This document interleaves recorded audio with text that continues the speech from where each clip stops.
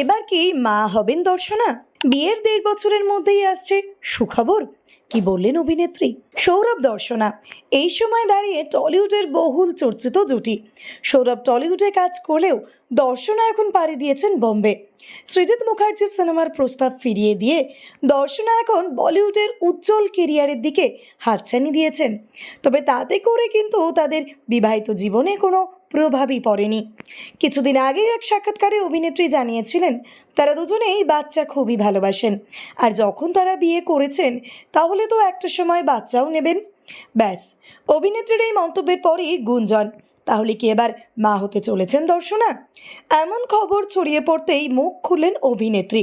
দর্শনা বলেন, ভুল খবর এটা, সবটাই মিথ্যে রটনা। এখনই তারা এই নিয়ে কিছু ভাবছেন না, সামনে তাদের উজ্জ্বল ভবিষ্যৎ, সেই দিকেই তারা ফোকাস রেখেছেন। ভিডিওটি ভালো লেগে থাকলে অবশ্যই লাইক, শেয়ার, সাবস্ক্রাইব করবেন আর কমেন্টে অবশ্যই জানাবেন আপনি কোথা থেকে দেখছেন।